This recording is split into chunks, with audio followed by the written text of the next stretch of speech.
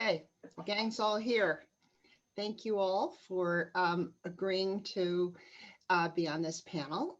It's my pleasure to talk about this subject, which is, I'd say, near and dear to my heart. I think for the last 25 years as a housing developer in Northern Westchester, I've always tried to figure out how to get that extra unit, how to, I hate to say, play the system between no sewers and zoning that is limited.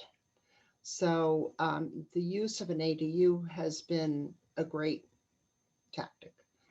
I wish there could have been more, but hopefully in the near future, there will be a way, a means to have more ADUs built, created, renovated, whatever. It is what I consider the low hanging fruit. And as I look out my window, I see some squirrels, and I'm sure they'd love to grab an apple or a nut or something. And that seems to be very easy for the squirrels. Let's hope that for the commonplace in Westchester and all over New York State, it can become that easy. ADUs serve seniors, young, disabled. It allows a homeowner to gain some extra income to afford their home, either if for an older adult or as a first-time home buyer. I think over the last at least 10 years, the movement for ADUs has gained a lot of traction across the country. And I am going to pass the baton now to Casey Berkowitz, who is with the Century Foundation. He's a communications specialist and has a background in political organizing, which has become really a blessing for us in the ADU coalition, because he's terrific at organizing all of us for political gain, we hope. And without further ado, Casey.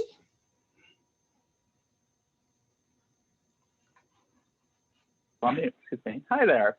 Thanks, Joan. Thanks so much. Really pleased to be with you all here today. As Joan said, I've been helping to coordinate a statewide effort sponsored by Senator Harckham, who's also with us today, to legalize ADUs in New York. So my brief segment here is just to kind of share the history of accessory dwelling units in North America, in the US and Canada, and kind of show some of the background and what we've learned from other cities and other states that has informed our effort here. So first of all, what is an ADU? This is courtesy of RPA and Marcel, who wrote a great report that we're going to hear about shortly. But just to kind of give you an image of what an ADU is, it's any smaller unit on the same lot as an existing home. And so this could be a backyard cottage, a basement conversion, a cellar, an attic, all sorts of stuff. So that's the mental image there. So in North America, actually, the leading earliest city is in Canada, is in Vancouver. Basement and garden apartments were encouraged during World War II, actually, kind of the same way that much of the rest of our economy changed to facilitate wartime production. There was a housing shortage, and so they encouraged basement and garden apartments. Unfortunately, after the war, they were then broadly rendered illegal as a nuisance in many neighborhoods. Those rules were relaxed in the 1980s, including in some single-family zoned areas, and then in 2004, they took a huge step forward and they legalized ADUs, which were basement and garden apartments citywide. Today, Vancouver continues to lead the way in North America for ADUs. 35% of homes, of lots in Vancouver have an accessory home. And there's quite a few things that have enabled this level of new homes in Vancouver. They don't require off-street parking. They do not require owners to live on site.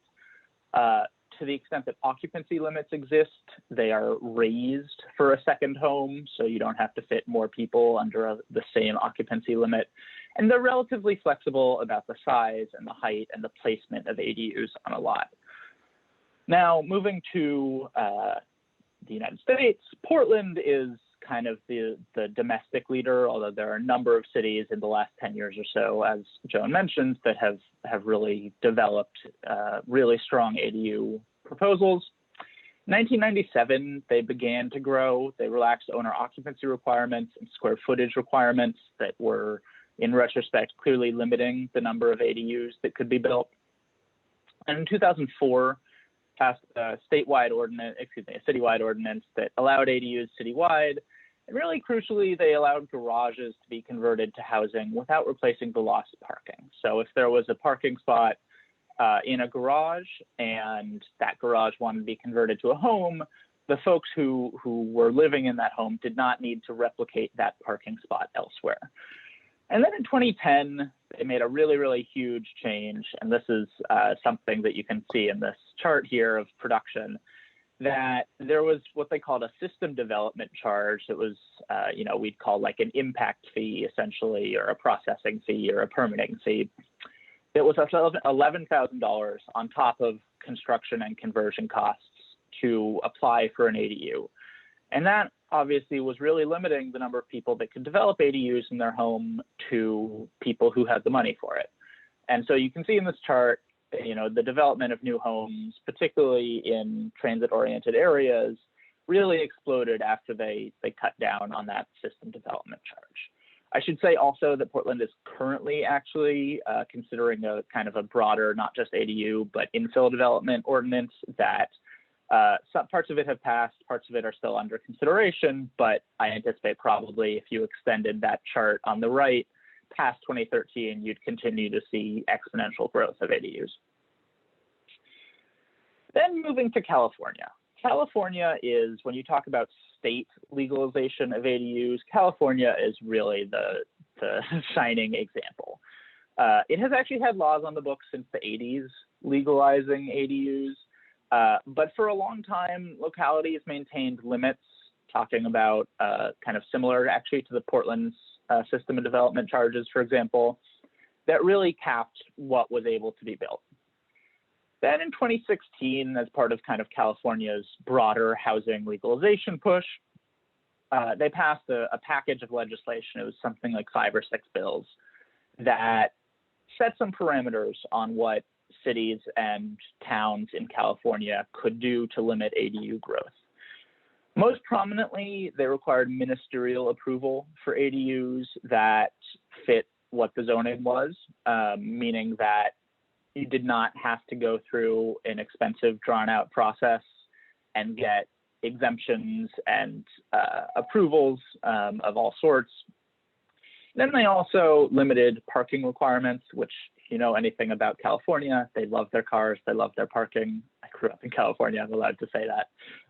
And so by limiting parking requirements, again, similar to allowing garage conversions, they made ADUs a lot more feasible.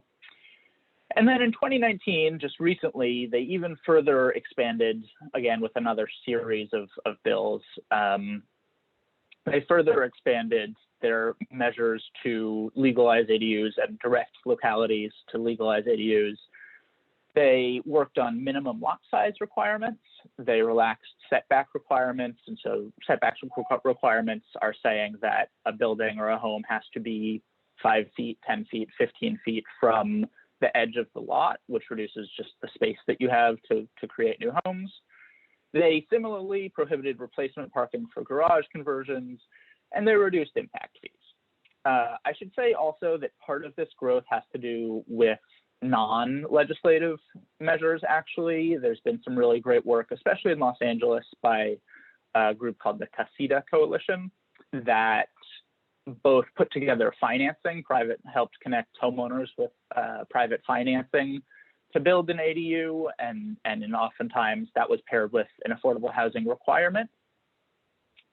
And then they also promulgated model codes in a lot of places, and this varies throughout the state. There's some in Southern California, there's some in Northern California, there's some in the Inland Empire, et cetera.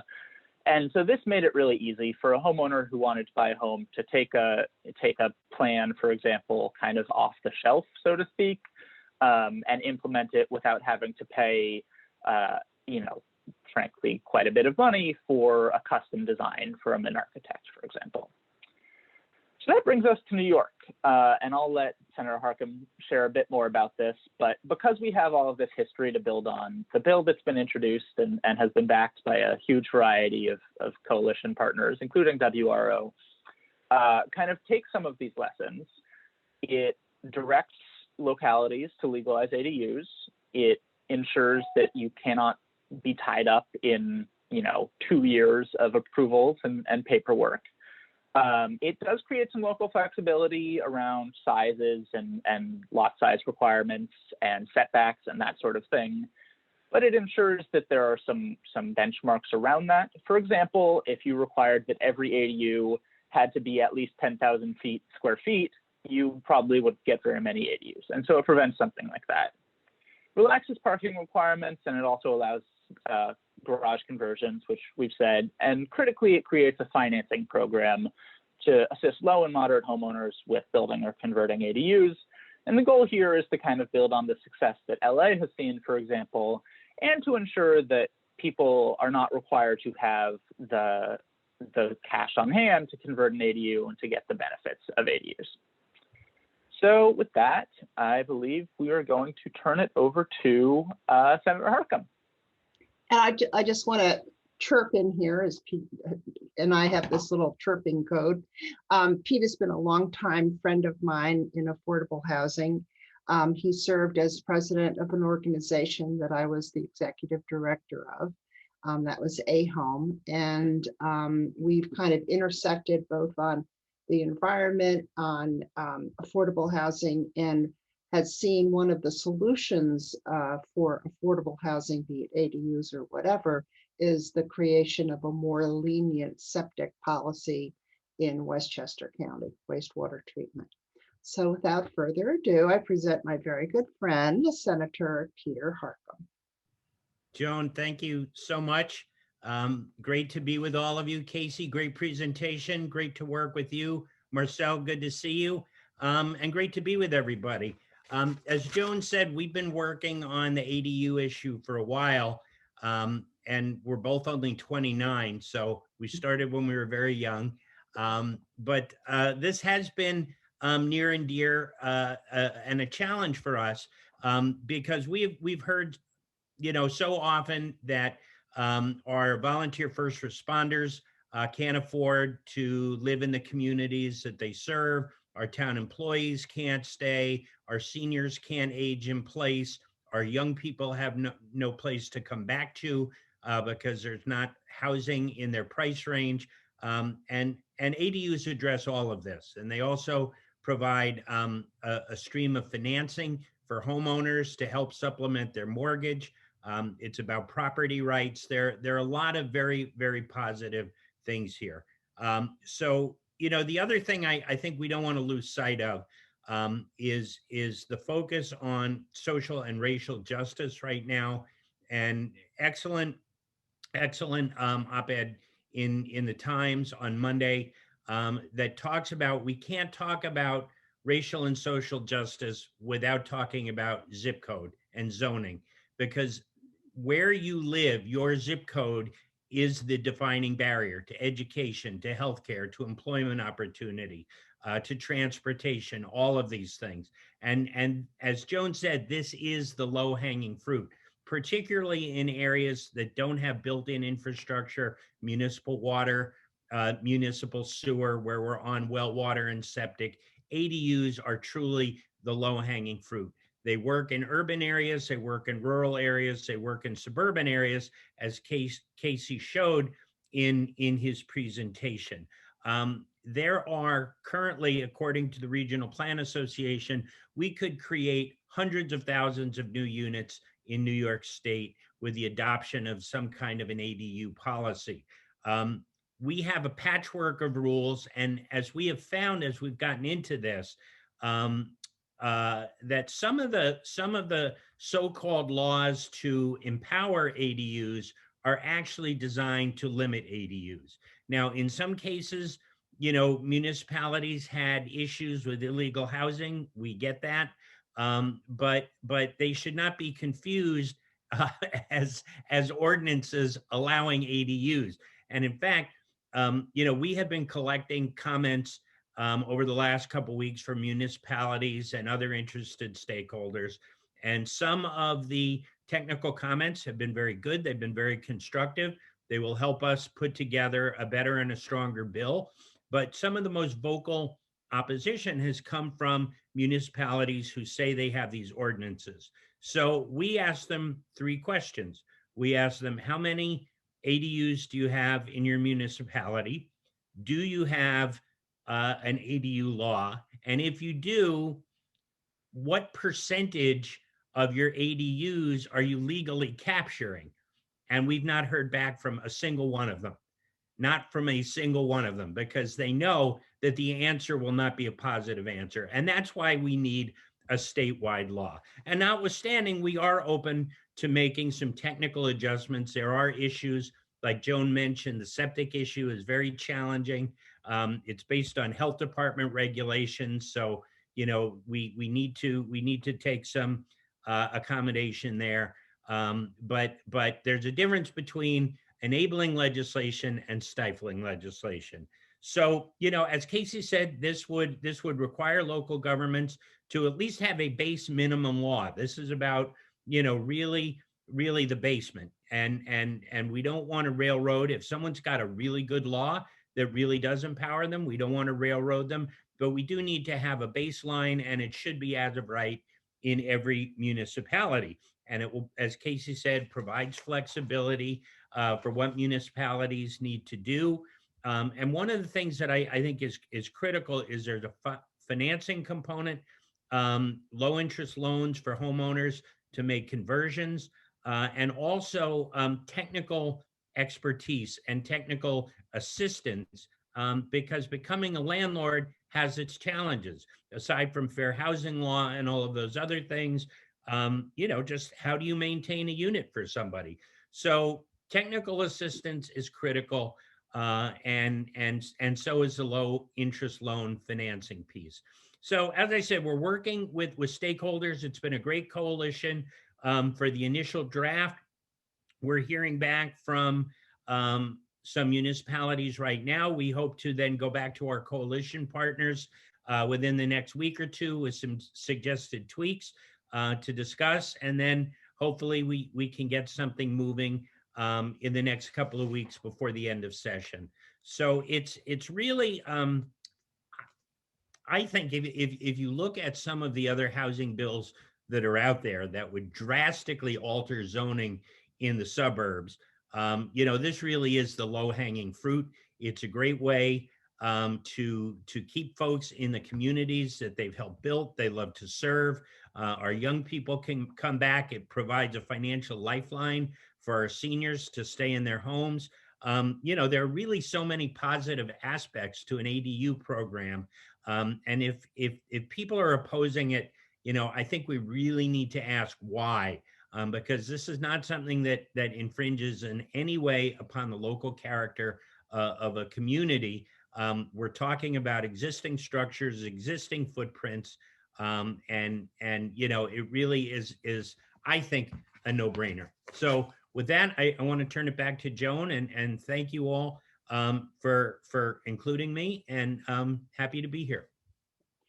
You know, I'm looking at the questions as they come in, and so I'm going to change the format a little bit and throw out one of the questions, and then we'll go to Marcel, because I've heard this a lot and I've dealt with this, and it's an issue. So this one person says, I find that parking is the largest issue that neighborhoods have against ADUs. How has no parking requirement worked out? And I think sure, happy to. Good, thank you. So first, I just want to kind of lay the groundwork of what we're actually talking about here. Parking requirements, getting rid of those does not mean you get rid of parking, right? Same way single family, getting rid of single family zoning doesn't mean you get rid of single family homes. And so if you're in areas where parking is really critical, just because a parking spot isn't required, it doesn't mean it doesn't exist. But what this does, and this again really varies, you know, Portland's built environment is different from Los Angeles's built environment, is different from Westchester's, is different from New York City's. But getting rid of requirements, particularly at the state level, means that in the places where you are close to transit, you're close to a train line, whether that's Metro North or the subway or an express bus line, you're not required. And that space, which is something like 600 square feet for a covered parking spot, is space that you can use to create a home for somebody, whether that's, you know, a living room or a bedroom or an entryway, or, you know, it's livable space. So it creates more options. Should say also that, you know, that space is expensive. You know, if you added 600 square feet to anyone's home or apartment, you'd expect that it would cost a bit more. And so removing parking requirements is fundamentally a cost reduction. Certainly there are some times where parking is necessary. You know, there are places that you do need a car to get around. And that's somewhere that, you know, we hope that both in the bill that's been introduced by Senator Harckham and in other local codes as they go along the way, they would, you know, account for that, whether that's by planning for metered parking or public off-street parking that folks pay for, permitted parking, that sort of thing. But the key thing here is that you really need to get rid of those kind of one-size-fits-all requirements in order to enable it in the places where parking is not necessary. Okay, great. Pete, I'm not sure if you have to hop off anytime soon, but here's a question for you. Senator, well, actually, if you can wait, I will ask this at the end, okay? Yeah, let Marcel go. I can wait a few minutes. Okay, great. Absolutely. Marcel, here you go. Marcel is a senior planner with RPA, and I like to think of him as the father or the brother of the RPA study done on ADUs.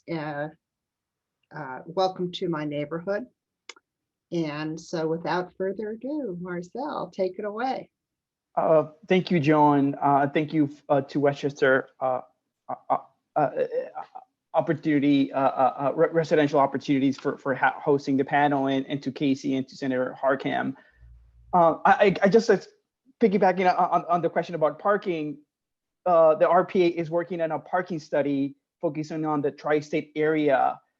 It's still not finished, but will be coming out soon, and I think it will help provide an argument for what Casey was mentioning, and that there is a need to encourage and manage on-street parking. So that will be coming out at some point in the next couple of months. I guess what I could share at this point is the spoiler is that it seems that the region is oversupplied by parking. I won't share more details about that, but just like wait for that study. It should be coming out in the next couple of months. Let me share my screen. I have a quick slide deck that I want to share. Wait.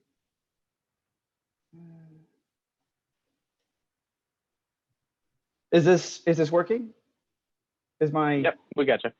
Okay, thank you. So yes, my name is Marcel Negret. I'm a senior planner with the Regional Plan Association.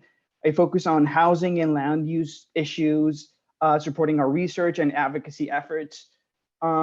So the RPA operates in the tri-state area, which includes, of course, the 3 states, New Jersey, Connecticut, and New York, 31 counties, including Westchester, and almost 800 municipalities, which almost all of them have control over the land use and zoning.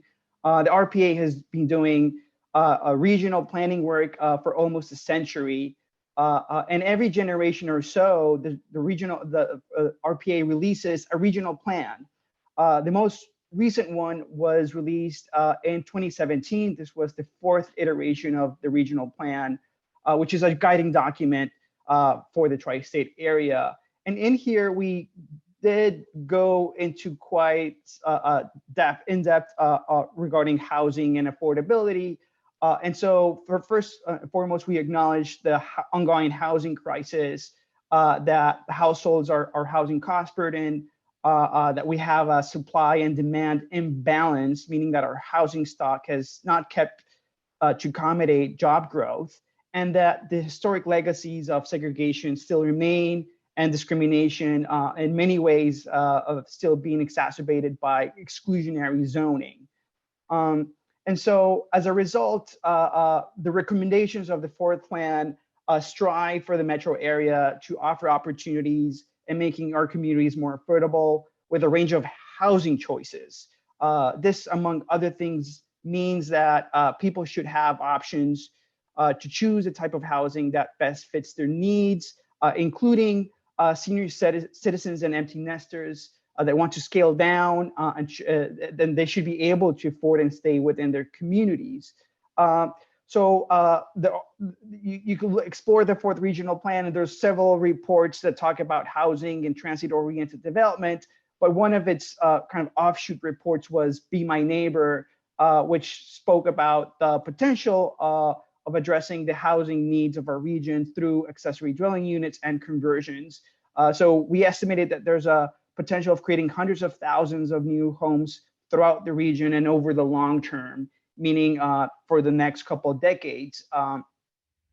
But one of the principal barriers, and some of my colleagues have alluded to this, is the barrier that has been created by exclusionary zoning. And this speaks to the values and inspiration behind the report. And it distills the idea that zoning rules have become barriers to advancing the values and sense of community development that were promoted by the famous TV series hosted by Mr. Rogers.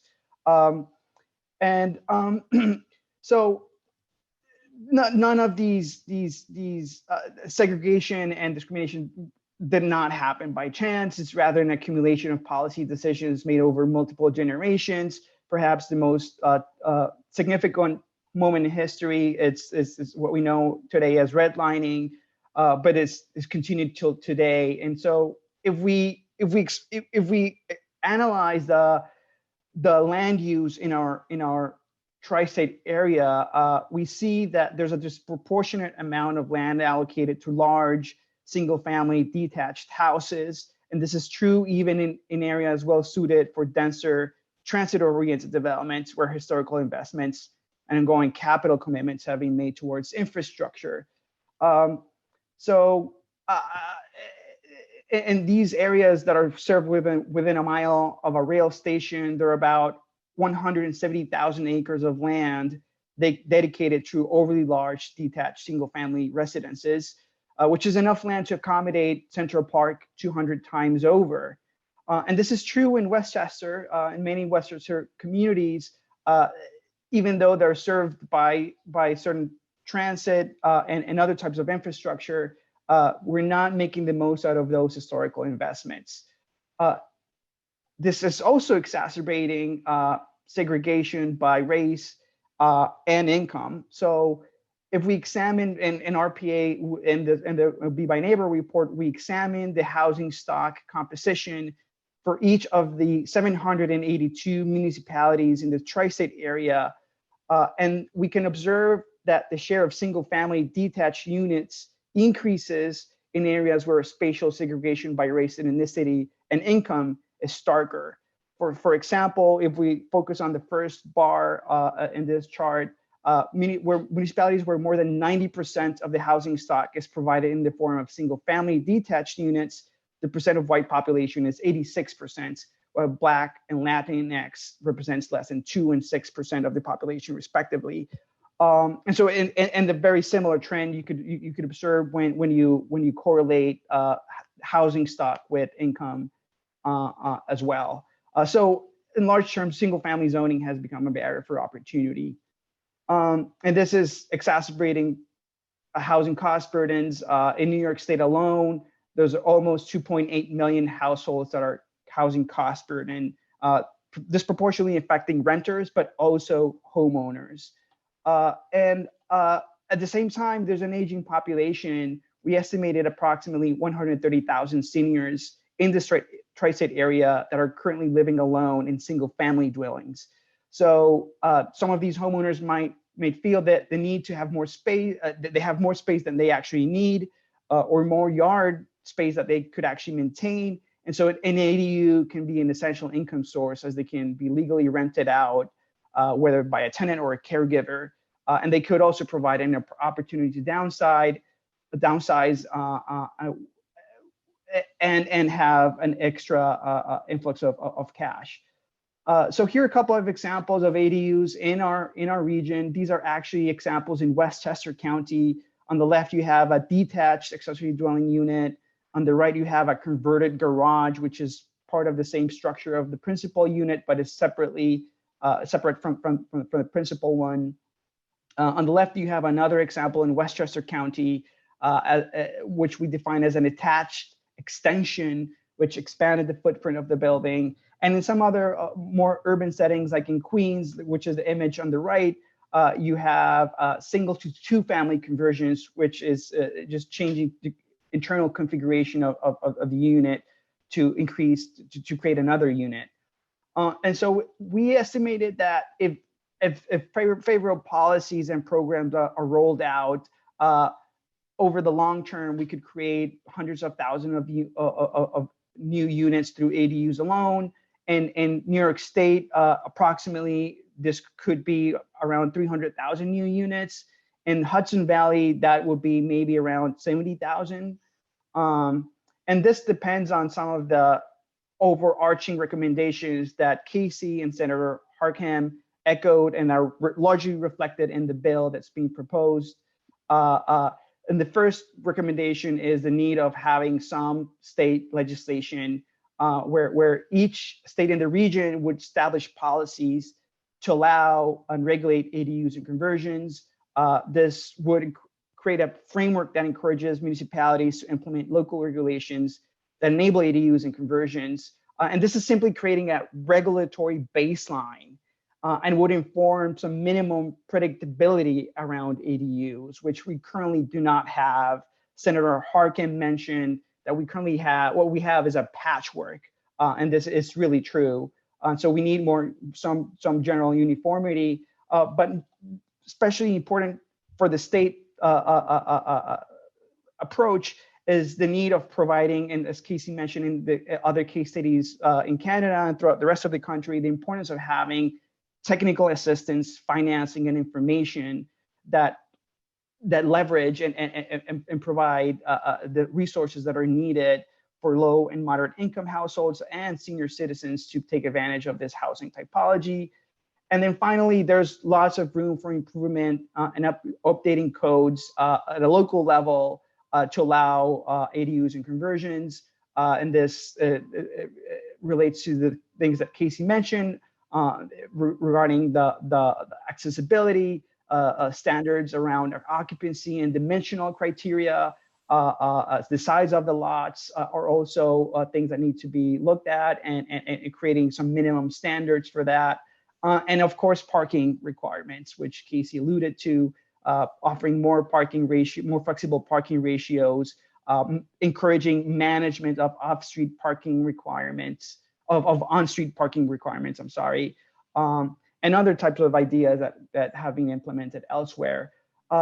So part of our role in the RPA has been facilitating some of these conversations within New York State, but also in Connecticut and more recently in New Jersey, and trying to ensure that these principles are taken into consideration when drafting legislation, either at a state level or a local level, or changing zoning ordinances. Hopefully, we will be successful in motivating a more uniform regulatory framework for ADUs in the tri-state area, which I think is important. And so thanks for your time. I'll post the report in the chat if you're curious to look at and dig through some of the additional details. There's a bunch of web maps, interactive charts that you might find interesting. I want to thank you, Marcel. There are a bunch of questions, which is good. And the one theme is that please post these presentations so they're accessible. So that would be great. I'm going to start with a question for Pete. Actually, it's sort of two. One is from a Mr. Friedland. Senator Harkham, is there a path forward for ADU during this legislative session? I'm always an optimist. There's always a path through. But the session is really 2 years. It's this year and next year. So any legislation that is submitted this year automatically carries into next year. So, obviously the goal would be to try to build consensus both externally and internally to move it this session, this year. But if not, then we have all of next year before the term expires. And another from an anonymous attendee. Senator Harckham, can you share which provisions are likely to change based on feedback from municipalities? Well, we haven't spoken with our partners yet in the coalition. You know, I think one of the things that we can't ignore, and right now the legislation speaks to sewer hookups, and the septic issue is a real issue, particularly in the watershed, and particularly in areas where we just don't have the infrastructure. We don't have sewers. And it's very expensive. So I think that was one of the justified comments that we got from a number of our municipalities is we're not opposed to these things, but we've been overly regulated by our health departments. How do we grapple with the septic issue? And I think that's something that all of us need to come together and figure out a way to deal with in this legislation, so homeowners aren't left to their own devices to be fighting with the health department. I mean, one of the devices that I used for years is called the septic switcheroo. I would take out of a single family house, I'd take one of those bedrooms and use it for the ADU. But that's not preferable across the board. So, okay, next. And thank you, Pete, for that. There's a bunch of, okay. Is there data from communities that have been promoting ADUs about the impact on housing availability, affordability, impact on communities? I think I'm going to either one. Yeah, go ahead. Happy to. So yes, there is. The data from California, which again is kind of the closest statewide example, is that the vast majority of ADU units, I think something like 60 or 70%, rent at below market rates. Of course, that changes from place to place. Market rate in Los Angeles or San Francisco is different from market rate in Fresno or Marin. But the majority of units are rented at below market rate. It's a bit dated, but a study from the 90s of Long Island actually showed that ADU units were rented at about 30% cheaper than comparable units. And so that's where you get kind of into size and placement and neighborhood and that sort of thing as well. So yeah, so it is pretty clear that, you know, as much as it varies from place to place, ADU units are in net more affordable than building from scratch would be. Great. And a question about, let's see where it is here. It's about how many ADUs have actually become Airbnbs. Any data on that? Anybody? I know that, you know, we did discuss that during the formation of the legislation. I think we covered that with occupancy, I believe, right? Yeah, again, looking internationally and nationally, it really varies from place to place because short-term rental regulations are kind of another planning ordinance separate from ADU ordinances. The bill that Senator Harkham's introduced does include a 30-day requirement, so it's meant to cut down on short-term rentals in that way. Okay, now so there's somebody from Mount Vernon, and I've been working with the city of Mount Vernon. And it's about wondering if a single family home in an R2 zone that permits a second family and has a lot, and there's a bunch of stuff, is there a funding mechanism for the addition for a homeowner with limited resources? It's a very complicated issue, but since I was working in Mount Vernon, I proposed some ADU legislation, and I was said, no, you cannot do that. ADUs in Mount Vernon and Mount Kisco, and I believe Ossining, are not on the hit parade. It's on the hit parade to get rid of them because there's so many illegal ADUs in existence, and they really are having a hard time. But I think that for a Mount Vernon, it would be absolutely a perfect remedy for a lot of elderly homeowners who need that income, who would like to provide, it would do a lot. So yes, I will raise it again with the planning department in Mount Vernon, and you can contact me about that. And I think the question was, are these considered are ADUs considered a two-family home?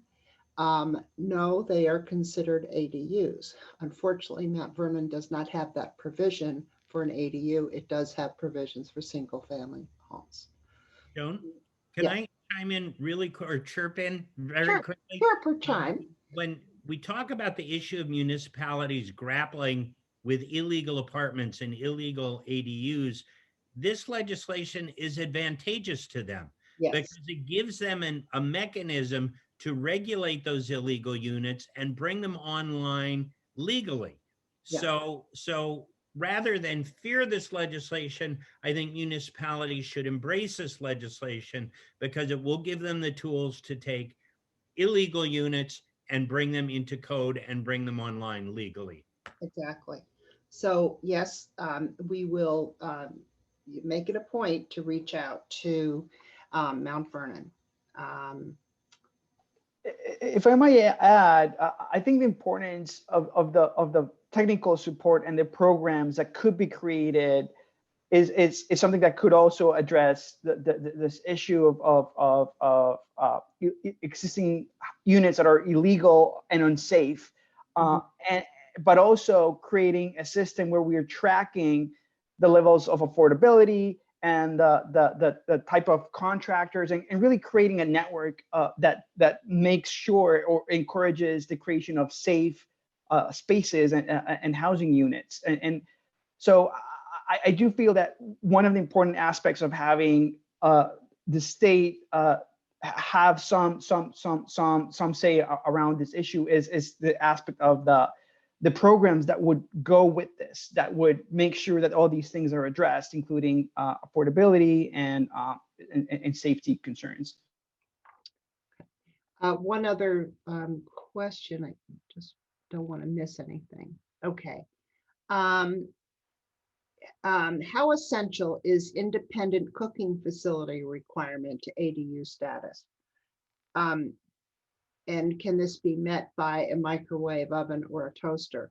I think I am thinking that that falls into a slightly different category. I know in California they have something called a show, which is no, it's a THO, tiny homes on wheels. And I think in that ordinance, you can have a microwave or a toaster. You don't have to have the full kitchen component. I'm not correct. But usually when you talk about a unit, it's a dwelling unit, and a dwelling unit would have a kitchen of some variety. In other words, and of more than a microwave or a toaster. Am I right on that? Yes, I think I am right. And a bathroom. Hmm? And a bathroom. Yes, in a bathroom. That's right. Yes. That hopefully is linked up to a new innovative septic system, right? Yeah. Okay. I believe that ADUs can expand housing stock and help seniors find a way to stay in their home. Wouldn't they be more palatable if they were regulated by special permit to be able to access and tailor the unit to the surrounding neighborhoods?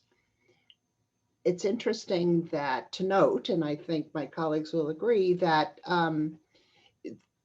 in many municipalities, ADUs are regulated by special permits. And in some municipalities, they're doing away with those special permitting requirements.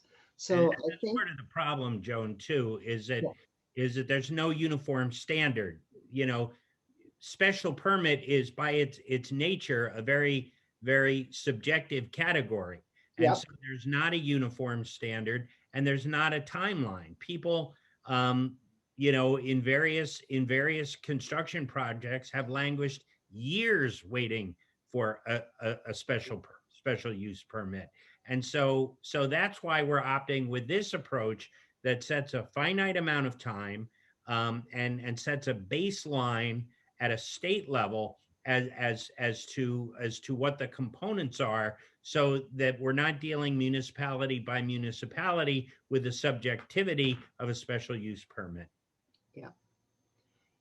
Yeah, I think that it was interesting in Westchester. I've noted that in 1983, there were a bunch of attempts to allow accessory apartments. And the legislation was special use permit inspection every 5 years. It became very, very cumbersome, and more, those municipalities are like, no, this is not working. And the other thing that I think we all agree on, that one of the important components of this legislation is it does have financial resources to it. And that's something that it can't be overlooked. You really need the technical assistance, the way to build and create these units, and to do them safely. Anybody have anything else they'd like to chirp in or chime in with? I think we're just want to thank you all. Thanks, Joan, for moderating. Thanks, Senator and Marcel, for being here. Thanks, WRO, for having us. I mean, there are a lot of questions here, and I'm great that I think that, are we making our contact information available? Maybe what we should do is print that either in the chat, our contact information, because somebody else has asked about the impact of existing ADUs on school districts. I think this has got a lot of interest. So Joan, it's Andrea. That would be great if you all, first of all, you're all welcome to stay on as we move into the next panel and answer questions in writing. You're also welcome to put your contact information, like Senator Harkin did, into the chat function for the attendees. I think that would be fantastic. Great. And the people from Mount Vernon, please feel free to contact me. Okay. Thank you all so much. Great discussion. Really. Thank you. Thank you.